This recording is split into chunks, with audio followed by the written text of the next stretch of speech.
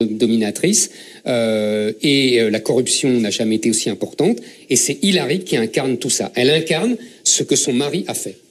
Elle incarne ce qui est devenu la culture des années 80. Si vous voulez. Et ce qui est... D'accord. Oui, Reagan Clinton, vous voulez dire. Les deux en même temps. Oui, vous avez raison. De Reagan, ce n'est vous pas avez aussi raison, vous avez raison. Donc, vous avez le centrisme américain. Non, vous avez raison. Clinton a été le Tony Blair de Thatcher. Exactement. Et c'était très, très à la mode. Ça s'appelait d'ailleurs triangulation. C'est-à-dire, vous prenez le gauche, vous prenez le droite, vous les mettez ensemble et vous tombez juste au milieu. Oui, absolument. Et c'était la grande théorie politique de son temps. Et tous les deux, ils sont rentrés dans le jeu. Ils sont toujours restés démocrates, mais il y avait beaucoup de gens dans le Parti démocrate qui disaient, mais qu'est-ce que c'est que ça? C'est pas la démocratie, le Parti démocrate de Roosevelt. Et puis, on était déjà tous un peu divisés. Mais ça a bien marché, l'économie a bien marché, bien que c'était un bubble, mais ça a bien marché. Si, parce qu'il a laissé le pays sans dette, il y avait presque pas de chômage. Et puis, on s'est dit, même nous qui étions sceptiques, on s'est dit, peut-être il a raison. Peut-être c'est comme ça que le Parti démocrate... Je comprends. Vraiment, j'ai joué un peu avec l'idée. Mais je me suis rendu compte que quelque chose allait mal pour le Parti démocrate jusqu'à aujourd'hui. Obama était parfait.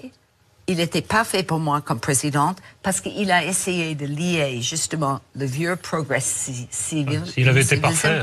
Non. Il a été réélu, lui, c'est pas la même. Il a été réélu. Il est encore aujourd'hui assez populaire. Il a un taux de popularité très, très grand. Il aurait été réélu, lui. Ouais, mais c'est quand même une part de son échec. Il avait pu se présenter, non? Ou Michel, deux mandats, il s'est quand même beaucoup investi dans la campagne jusqu'à la dernière minute. Oui, et ce qu'on n'a pas peut-être souligné depuis le début de notre débat, c'est que la victoire de Trump, en plus, est nette. Oui, mais il ne rejetait pas Obama, il rejetait Hillary Clinton, qui était un flashback sur les années 80. Harold Iman, vous vouliez réagir? Je voulais revenir aux hispaniques. Moi, je connais la thèse de Huntington que les hispaniques, c'est la nation dans la nation. Moi, je pense que, à moins d'en admettre 20 millions par an, ils s'assimilent quand même. Il n'y a pas d'école hispanique aux États-Unis. Il n'y a pas du tout d'éducation en espagnol. Il y a les chaînes de télévision espagnoles. Ils parlent espagnol. Ça, c'est pour. Il y a les élections qui se font en bilingue. Enfin, c'est quand même. Oui, parce qu'ils sont si nombreux, mais ils ne se reproduisent pas. Leurs enfants parlent très mal espagnol, et après ça, il ne parle plus du tout espagnol. Donc Huntington dit le contraire, excusez-moi. Oui, je sais bien, mais je crois qu'il se trompe. Moi, je crois pas. La preuve, Trump lui a donné raison, excusez-moi. Trump, c'est la version vulgaire et de télé-réalité des thèses d'Huntington. Si on veut, oui, on peut dire ça, Oui, le peuple l'a suivi. Voilà. Ils ont cru qu'il y avait cette menace. Mais moi, je trouve qu'ils ont raison. Et moi non. Moi je trouve que au rythme où ça va maintenant, c'était soutenable.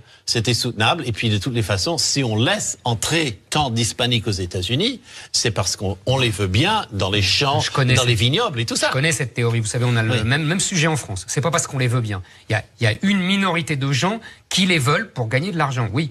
Mais la masse de la population n'en veut pas. C'est une autre discussion. Voilà. La masse de la population utilise les services pour lesquels travaillent les hispaniques. Non, c'est les grandes métropoles qui utilisent les services. D'accord, mais comme en France, exactement. Il suffit d'aller aux États-Unis. Il y a l'Amérique périphérique qui a voté Trump. C'est exactement comme tous les latinos. C'est une horreur d'entendre ça. Parce que vous avez peut-être bien lu les choses, mais vous ne connaissez pas l'Amérique. Moi, j'étais élevée aux États-Unis dans une famille italienne. Mes grands-parents étaient immigrés. Ils n'ont pas parlé anglais. On était tous élevés mangeant les spaghettis et écoutant l'italienne. Et puis, c'est fini. Et on trouve que c'est la richesse. C'est une texture absolument extraordinaire qui est la richesse. Et c'est la même chose que madame, ça ne marche plus avec les Mexicains. C'est exactement ce qu'explique Huntington. Ça ne marche plus avec les Mexicains. Parce qu'ils continuent d'arriver. Oui. Mais les États-Unis ont réussi. Excusez-moi, on ne parlait pas italien à la télévision, on ne parlait pas italien dans les rues, on ne parlait pas italien dans les campagnes électorales. Excusez-moi. Si, on parlait italien dans La Guardia. Dans les campagnes électorales. Si, La Guardia, dans les campagnes, il a fait toute sa campagne en yiddish et en italien. Mais qu'est-ce que vous avez contre tout ça? Madame, c'est pas moi. Moi, je suis pas américain, moi. Moi, je suis pas américain. Moi, je pense que l'Amérique blanche ne veut pas mourir. C'est tout. Et donc, elle vote Trump pour ne pas mourir. Mais cette Amérique blanche, regardez le démagogue qu'elle a choisi, parce qu'elle avait beaucoup d'autres choix. Ça fait 35 ans que l'Amérique blanche... Elle n'avait pas d'autre choix. Les autres ne tenaient pas ce discours. Ils étaient pro-immigrés, tous les autres candidats républicains. Je voulais vous reprendre pour les républicains modérés. Vos républicains modérés, si chers à votre cœur, ils étaient tous pour l'immigration. Parce qu'ils étaient tous, en fait, complices des démocrates et complices du capitalisme américain. Alors, ça c'est vrai. Éric, ça c'est vrai. Ils me déçoivent depuis très longtemps. Comme d'habitude, Éric Zemmour a réussi à confisquer le débat sur son thème unique et même son obsession mais y a depuis pas quelques années. Est-ce qu'on peut parler un peu d'économie? Parce que c'est beaucoup plaisir. aussi un vote économique. C'est monsieur qui a parlé du multiculturalisme et des Mexicains, monsieur Nolo. Oui, mais tu as répondu très longuement. Je réponds. Très longuement et trop longuement. Mais pour moi, c'est le cœur du sujet. Mais merci. L'économie. Non, mais il va dire que vous êtes obsédé. Non, l'économie. Non, mais vous faites aussi dans votre livre la distinction entre les riches et les pauvres aussi. Vous dites qu'il y a une grande fracture dans le... Ah oui, très nettement. Mais on n'a jamais eu autant de milliardaires. Et puis, il y a une idéologie de milliardaires qui se répand et que Trump incarne. Et donc, il a même réussi, comme Margaret Thatcher en son temps, à faire croire aux dépossédés blancs qu'ils pourraient être riches comme lui. C'est genre, le loto Trump, c'est moi. Alors, ils sont venus aussi en masse. Est-ce qu'il a les moyens de changer le cours économique dans le sens du protectionnisme? Là, il a... Super, on paiera le pull le double du prix. Moi, je suis prêt. Moi, j'ai aucun problème avec ça. Mais il veut taxer le produit chinois. Il veut revenir. Il veut contester tous les comment dirais-je, le libre échange. C'est ça qu'il va mettre en. C'est ça qu'il dit. C'est ce qu'il dit. Et vous croyez que c'est pas ce qu'il va faire? Parce qu'il a dit... Non, si c'est un bon businessman, c'est pas ce qu'il va faire. Même lui, il fait ses cravates et tout en Chine. Il connaît un good deal. Oui, mais justement, il connaît quelque tout le chose sujet, c'est est-ce que l'Amérique doit continuer à servir ses businessmen ou est-ce que l'Amérique doit enfin servir ses ouvriers, son peuple, etc. C'est pas le même sujet. Exactement. La première partie de la proposition est juste. Qui va le faire. Globalement, l'économie américaine se porte bien. C'est un menteur. 4,9% de chômeurs. Dans une campagne électorale, tout le monde ment. Oui, mais à divers degrés. Et puis, il y a le taux d'insulte aussi. Mais bon, si on ne parle pas de ça, non, mais parlons d'économie. Moi, je suis tout à fait prêt. D'accord. Parlons d'économie. Si il ferme la porte avec la Chine, nos produits manufacturés vont doubler en prix. Et voilà, le pouvoir d'achat va... Non, mais il y aura peut-être des usines. Peut-être pas. Il y aura peut-être des usines. Ils vont peut-être remettre des usines aux États-Unis. Du coup, ça va peut-être de nouveau être rentable. Oui, il va falloir fermer ensuite au Japon. Il va falloir déchirer... Parce que eux aussi, ils construisent des voitures, soit au Japon, soit parce que c'est 16% du PIB mondial, les Américains, Eric. Vous savez très bien. C'est le seul qu'on a évoqué. C'est sérieux. Mais vous allez dans les rues américaines, c'est des voitures coréennes. Il n'y a pas de voitures chinoises en Amérique. Oui, il n'y a pas que des voitures. Mais vous savez très bien que aux États-Unis, comme en Europe d'ailleurs, le problème majeur, c'est l'entrée de la Chine de l'OMC encore dans les années Clinton, et qui a ravagé complètement l'industrie américaine et européenne. Mais sans être le chantre du libre-échange, on vend notre riz américain aux Chinois en très grande quantité. Et ça vide les campagnes chinoises. Donc il y y avait un deal qui était peut-être bien forcément. C'était peut-être mauvais pour une autre question. Là, on parle d'économie, ça ne te plaît pas non plus. Si, mais qu'il s'agisse... Oui, pardon. Puisqu'il a fait tellement de faillites et il a emprunté l'argent pour ne pas payer les impôts, comment est-ce qu'on peut penser que c'est un bon businessman? C'est mis en question. Mais pourquoi vous mélangez toujours pour moi, c'est un peu anecdotique. Qui peut mener un pays? Moi, je pose la question. Qu'il s'agisse de l'immigration ou de l'économie, quelle va être l'attitude du Parti républicain dans les deux chambres? Est-ce qu'ils vont incarner finalement une forme d'opposition?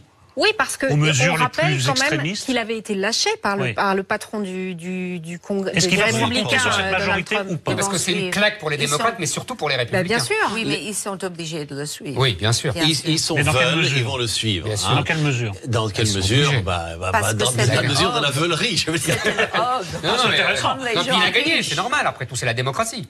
Oui. Il va menacer les gens, il va mettre des avocats.